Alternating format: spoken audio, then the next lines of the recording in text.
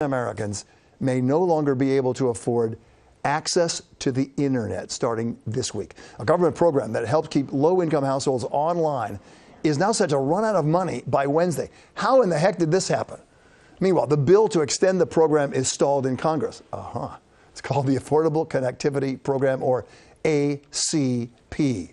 Remember that, ACP, because we're going to dive deep right now. And joining us to dive deep, Ryan Johnston, Senior Policy at Counsel for Federal Affairs for something called Next Century Cities. Ryan, thank you for joining us.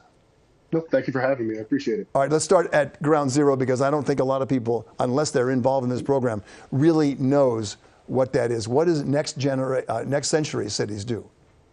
Sure. So we're a national nonprofit. We work with about 260 municipal governments across the country, really trying to help them figure out where they are in their broadband journey, whether it's trying to figure out how to deploy a network to serve their residents, or whether they're trying to do a device program to hand out devices like laptops, or to try to figure out what digital equity is all about. We're really trying to give them as much information so they can make the informed decisions about how to get people connected as they can. You did a great job explaining that. The thing that stood out to me the most was digital equity, because that's really what we're talking about, right? Yeah, absolutely. Especially with the Affordable Connectivity Program, starting from, I guess, the basis of it, it's $30 a month that folks can use for any plan of internet that they want to buy from an internet service provider. If you're on a tribal land or in an area that the FCC considers, high cost, that goes up to $75. And then the second piece of the ACP is there is a device program attached to that. So you can get up to $100 for a device as long as you're going through the same provider that you're getting internet from. So back in the day when all this first started, less than 2 decades ago, it was really the mantra was, hey, we got to make equality part of this, because there are a lot of people who are going to be left behind.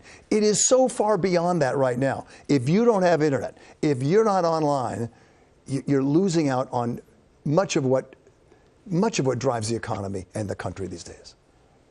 Yeah, absolutely. I mean, by the numbers, if we're looking at New York City, there's about 1 million ACP subscribers in New York City. That's about $30 million a month that's being put back into the local economy, $360 million a year. If you zoom out to the state of New York, those numbers almost double. So it's not just about the money either.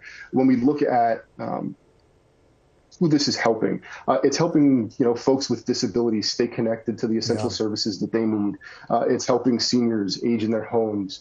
It's helping kids stay connected to their schools, their education, and it's helping so many other folks stay connected to work, entertainment, their loved ones. If the ACP ends, there really are a lot of questions about how people are going to stay connected and what that means for them.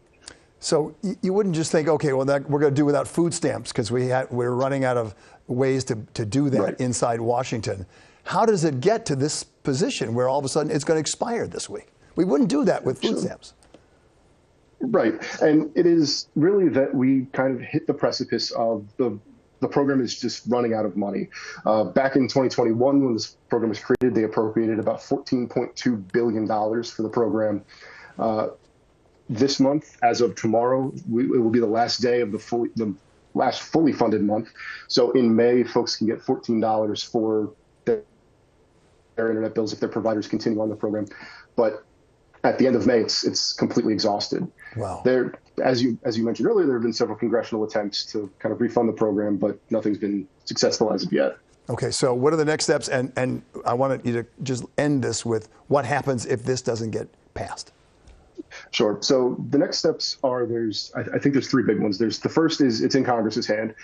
You said the ACP Extension Act, if that gets passed, we've got enough money to get us to the end of this year. But then we have to spend that time figuring out how we're going to permanently fund this program. There are some states that are already trying to take actions to put things in place. Pennsylvania is a really good example. They introduced a bill, I believe, last week that would basically mirror the ACP. And then we've also seen folks in communities like Fort Collins, Colorado, or Digital Sea in Cleveland, Ohio, that are providing service offerings that are directly responding to the affordability needs of their communities. Yeah. So there's a lot of good work happening at all levels of government here. But if we don't see anything, there's approximately 20 million people in this program right now that might not know where they're going to get connected next month. So we're really hoping that something happens in the near future here. Ryan Johnston from Next Century Cities, thank you for the insight and making your case. Digital equity certainly at stake here, and you made that point very, very well. Thanks, Ryan. Yeah. All right, thank you for having me. All right, good luck. As we continue.